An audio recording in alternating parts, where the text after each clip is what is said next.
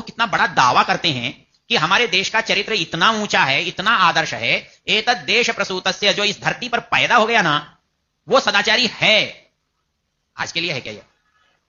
मनु के समय की बात। एतद देश प्रसूतस्य, जो इस देश में उत्पन्न हुआ है, सकाशाद अग्र जन्मना, जो विद्वान है वो कितना बड़ा है, कितना ऊंचा है, कितना अच्छा है। वो कहते हैं स्वम स्वम चरित्रम शिक्षेरन पृथिव्याम सर्वमानवा, ये सारी धरती उससे कुछ सीख सकती है। चरित्र कैसा होना चाहिए उसका वो आदर्श होता है। तो इतनी बड़ी बात मनु महाराज कह रहे हैं इस चरित्र के बारे में, इस देश के चरित्र के बारे में, इस धर्म के बारे में।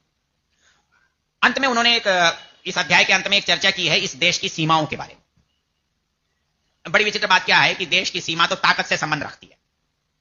जो जितना ताकत वाला होता है वो उतनी सीमाएं अपनी बढ़ा लेता है, और जितना कमजोर होता जाता है उसकी सीमाएं अपने आप घटती जाती हैं। मैंने आपको शायद बताया भी था। एक दिन एक सज्जन कहने लगे क्या बात है कि हस्ती मिटती नहीं हमारी। मैंने कहा मित्र, जिस दिन घर मिटेगा उसी दिन मिटेगी क्या? अरे मैंने कहा किसी दिन तेरी हस्ती अफगानिस्तान में थी, ईरान में थी, इराक में थी, बांग्लादेश में थी, नेपाल में थी, श्रीलंका में थी, बर्मा में थी, जावा सुमात्रा में थी, और आज तो कहां नहीं रही?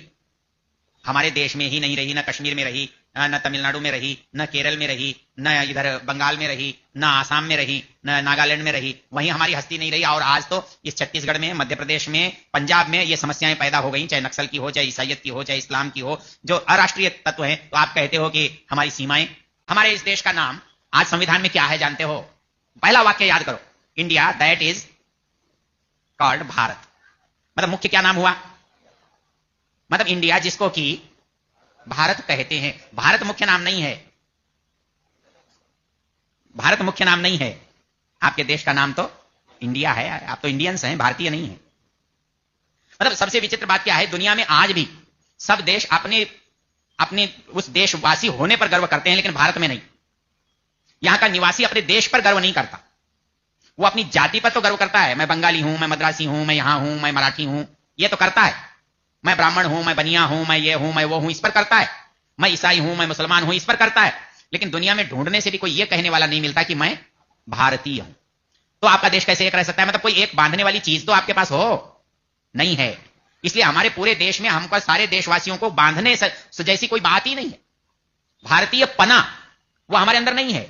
हम क्यों भारतीय हैं? जरूरत ही नहीं है हमको भारतीय होने की। हमको तो बनिया होने की, हमको ब्राह्मण होने की, हमको जाट होने की, हमको गुर्जर होने की जरूरत है। हमें भारतीय होने की कोई जरूरत नहीं है। हम भारतीय के नाते किसी को बराबर नहीं मानते हैं। हम जाति होने के नाते तो अपना मानते हैं। मतलब हमारा अच्छा और बुरा कसौटी क्या है? जाति। ये मेरी जात का है इसलिए अच्छा है, और ये मेरी जात का नहीं है इसलिए बुरा।